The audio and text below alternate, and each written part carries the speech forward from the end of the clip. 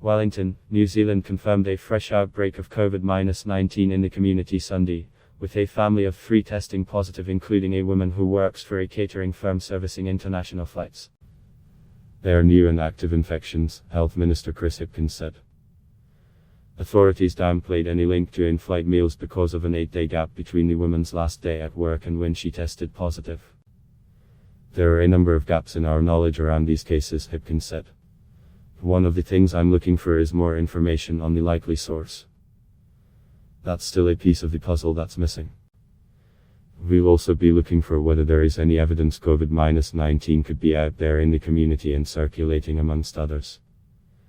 New Zealand detected several cases of COVID-19 3 weeks ago, ending a run of more than 2 months with no cases in the community. Those cases were traced back to a hotel where the people had completed quarantine after traveling from overseas.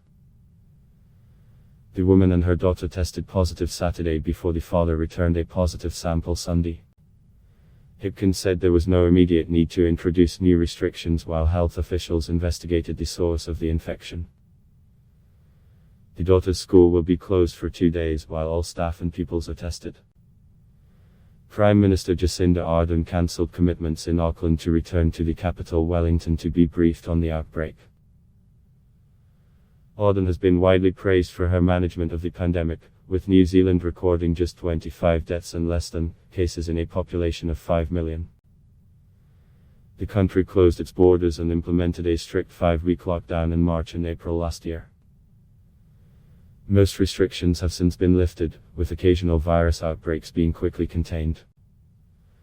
Ardern has said borders were likely to remain closed for the rest of this year while the pandemic continued to rage worldwide.